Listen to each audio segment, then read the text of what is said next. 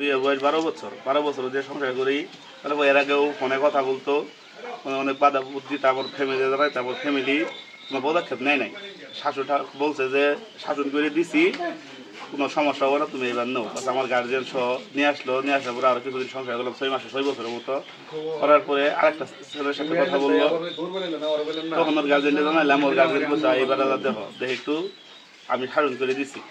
তার পরবর্তীতে আমার বাড়ির পার্শ্বতে আমার মামাতো ভাই আইনলের যে কাহিনীটা, তার সাথে কাহিনী হয়েছে আর বোধ হয় 6 মাস আগে। হওয়ার পরে আমি হাতে নাতে ধরছিলাম, আইনলের সহ ওর সহ ধরছিলাম।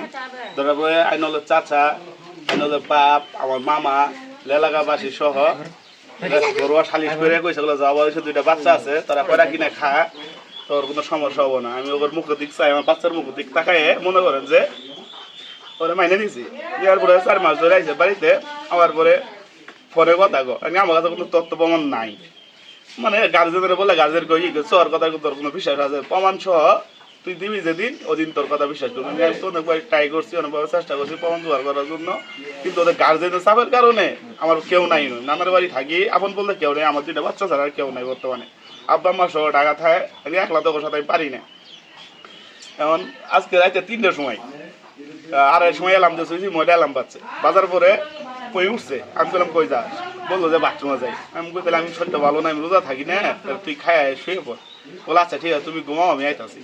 এই কথা কই বাইরে হয়ে গেছে। যাওয়ার পরে সারা রাত অনেক খোঁজাখুঁজি করলাম, কোনোভাবেই পাইলাম না। না পাওয়ার পরে ওই সারার বাড়ি যাই খোঁজ দিছি, ওই সারাও নাই, আমার বউ নাই। এর মধ্যে আমার ঘরে টাকা ছিল 60,000, আর হাতের কানের স্বর্ণের গয়না ছিল, মেয়ের চেন ছিল, পায়ের নুপুর ছিল, পোলার হাতের আংটি ছিল।